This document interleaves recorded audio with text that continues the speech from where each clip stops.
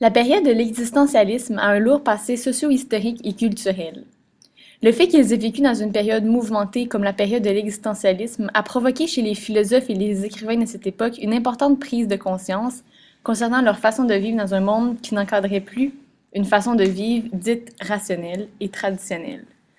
En d'autres mots, nous pouvons affirmer que l'existentialisme était, et je cite, amèrement déçu par l'échec des sociétés, des institutions, par les contradictions de l'organisation sociale, de la pauvreté, des relations humaines et les conditions misérables de la vie quotidienne du plus grand nombre. Il vivait dans une époque qui était démoralisée. L'homme va tranquillement apprendre qu'il est responsable de ce qu'il fait, qu'il choisit sa liberté, qu'il choisit sa destinée. Notre liberté est entièrement liée à celle des autres selon ce mouvement. Tout d'abord, il est à saisir que cette période s'est vue naître en France. Remontons en arrière pour mieux comprendre l'avènement de ce courant. Au début du 20e siècle, les gens étaient plongés dans une atmosphère sombre. Ils ne croyaient plus en rien, ne croyaient plus en l'espoir de choses meilleures pour leur avenir. Ils vont tout d'abord commencer à critiquer fortement ce que la période du siècle des Lumières et du rationalisme va leur avoir apporté. En France, des incompréhensions ont lieu entre la gauche et la droite de façon courante. Des hypothèses scientifiques vont également naître et vont accroître la théorie de l'inégalité entre les populations. Plusieurs événements clés nous permettent de mieux comprendre le tout. Premièrement, avec les conclusions tirées suite à la Première Guerre mondiale, la population française réalise qu'elle n'a plus d'espoir d'espérer atteindre une harmonie entre les communautés humaines. De plus, les décisions prises suite à la Première Guerre mondiale ne vont pas faire l'unanimité du côté des vaincus et des vainqueurs. Ensuite, l'ensemble des progrès qui avaient été préalablement faits en matière de sciences et de technologie étaient utilisés comme armes de destruction pour faire dominer l'homme, tels que des gaz de combat et la bombe atomique. Ce traumatisme a eu des conséquences drastiques pour la population, mais a également permis à la population de reconstruire et de repenser un meilleur avenir. C'est, et je cite, une idéologie de progrès qui prend sa source dans la pulsion de mort, chose très paradoxale et révélant l'absurdité de la chose. L'existentialisme était pour eux une façon de se sortir des doctrines politiques et sociales de l'époque qui étaient centrées sur la place de l'individu et de s'échapper de ces années de peur. En bref, les existentialistes vont commencer à vouloir échapper à l'angoisse existentielle en s'associant à une cause et en étant très solidaires les uns aux autres. On retrouve également dans ce contexte la fin du rêve colonial puisque les populations vont prendre conscience que le colonialisme, bien qu'il apporte des choses positives aux pays colonisés dans certains cas, le colonialisme les pays colonisés deviennent rapidement aliénés. Il y aura également une constatation généralisée de la chose. Les rôles des membres du couple, l'égalité des sexes et les nombreuses autres revendications du genre vont se voir naître également. De plus, l'arrivée de la crise économique de 1929 à New York est venue empirer la situation de nombreuses personnes à travers le monde. Les conditions de travail des travailleurs dans les usines n'étaient pas meilleures, des soulèvements de groupes pouvaient se faire à tout moment. Les femmes vont également commencer à revendiquer plus de droits. Selon plusieurs philosophes, et je cite, le diagnostic d'échec du projet civilisateur de la raison sur le plan des conditions concrètes d'existence de tous devenait inévitable et empiriquement vérifiable. Il voulait définitivement repenser à neuf pour essayer de réellement comprendre le sens de l'existence humaine. Ce courant français offre ainsi une vision philosophique neuve et, je cite, refuse de réduire la richesse et la diversité de l'expérience humaine dans une définition abstraite de la nature humaine. Pour ce faire, ils vont commencer à laisser de côté ce que les générations précédentes leur avaient appris sur la culture et sur la morale. Ils vont commencer à critiquer la place qu'occupe la raison. De nombreux artistes d'art et de nombreux poètes, tels que nous allons le voir tout à l'heure, vont commencer à explorer ce nouvel état. Par exemple, Camus, Baudelaire, Rimbaud, Kierkegaard et Schopenhauer. Kierkegaard est un des premiers penseurs de cette époque. Il souhaitait comprendre le réel, le concret, en s'éloignant des abstractions que la société pouvait apporter. Il supporte le fait que chaque être est unique, spécificité et irréductible. Il affirme que l'homme doit être libre, doit faire ses propres choix, être sa propre création, sortir du mépris de l'homme pour grandir et pour naître réellement. Selon lui, la vie est vraiment absurde. Pour Schopenhauer, lui, il affirme, et je cite, que le monde n'est pas l'œuvre de la raison, mais plutôt la manifestation d'une volonté sans but. Il n'était pas très en faveur des croyances religieuses chrétiennes.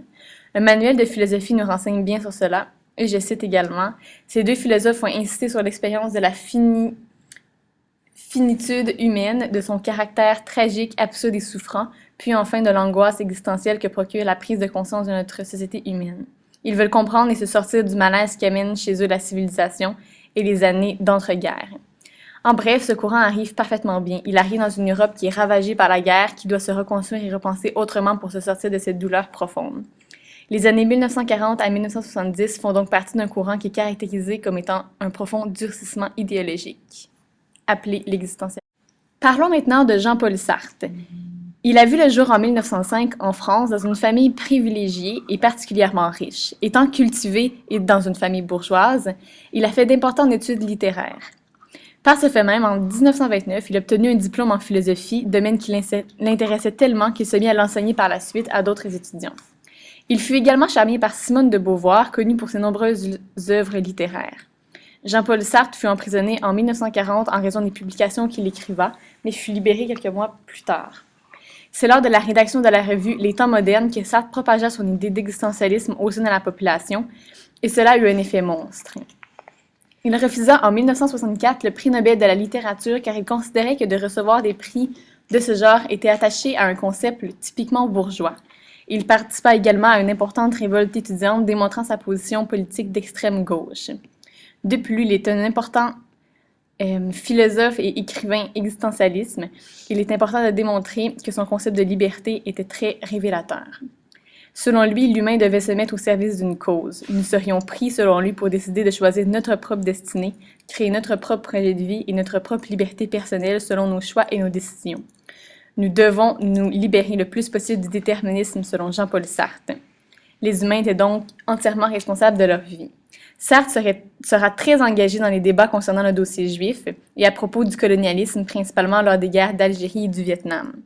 Il va donc remettre en question également la présence de Dieu au sein de la société et créer beaucoup de débats à ce sujet. Il décéda en 1980, laissant un important héritage littéraire. Voici maintenant les 4 caractéristiques qui se rapportent au courant de l'existentialisme. Premièrement, il y a la structure narrative typique. Les écrivains existentialistes posent une situation extrême, comme par exemple les derniers jours d'un condamné à mort. Le personnage ne peut plus éviter les questions fondamentales de l'existence et il doit s'engager dans un choix existentiel. Tout est possible et à la fois le tout est angoissant pour le personnage. La situation finale est souvent surprenante, ambiguë, ce qui provoque chez les lecteurs une réflexion sur l'existence. Deuxièmement, il y a l'absurde. L'homme existentialiste joue toujours sa vie dans un rapport du non-sens. Le personnage existentiel fait face à l'insignifiance de la société, à l'inconscience des enjeux de l'existence ou à une butte sur le non-sens des choses. Ensuite, il y a la liberté.